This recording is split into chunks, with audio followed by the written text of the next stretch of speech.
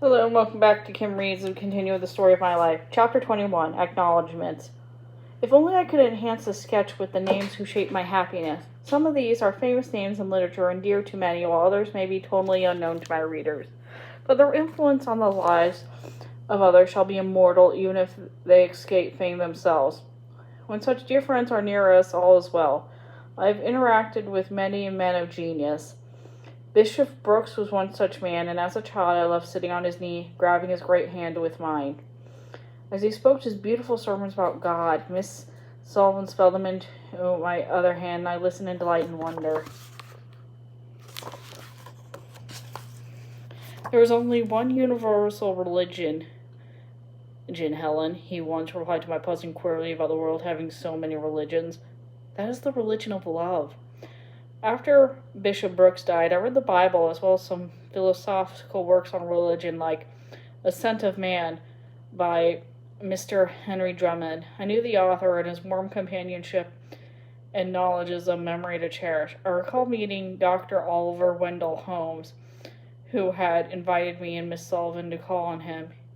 He had a lovely library and was a great human being as well as a poet. He made me recite my favorite poem, and I visited him many times after that. We also visited the poet Whittier one summer, and he won me over with his manner and speech.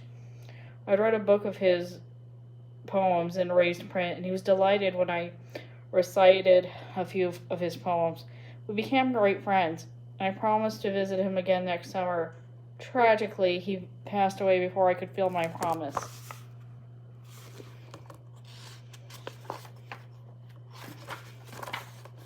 Dr. Edward Everett Hale is one of my oldest friends, and my love for him has only increased over the years. Ever since I was 8 years old, he had supported me and Miss Sullivan in our fight. God bless him. I've delighted in the company of Miss Dr. Alexander Graham Bell, and I've spent many happy days in his august company. I have had the pleasure of listening to him speak about his experiments and have helped him fly kites in a way that he expects me to find laws that shall determine in the future airship. Not only is he a great man and expert in many scientific fields, but he also makes every subject sound interesting. He has a side that is poetic and humorous as well as happiest when he is with children. His labors for deaf children will live on forever, blessing generations of children yet to arrive in the world. In New York, I have had the pleasure to speak with distinguished men whose names I have often heard but have never expected to meet personally. I've met most of them in the house of a good friend called Mr. Lawrence Hutton. It was a pleasure visiting his lovely home, and Mrs. Hutton was a true friend, and I relied on her advice to progress through college.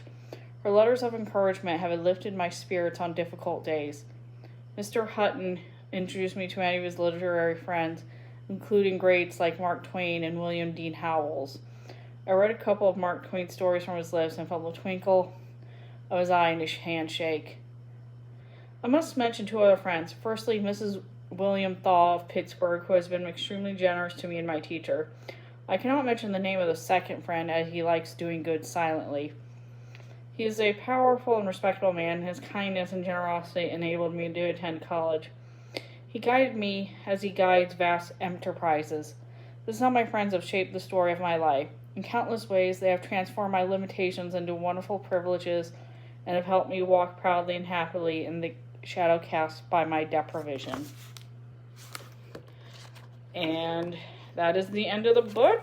Thanks for listening. See you later.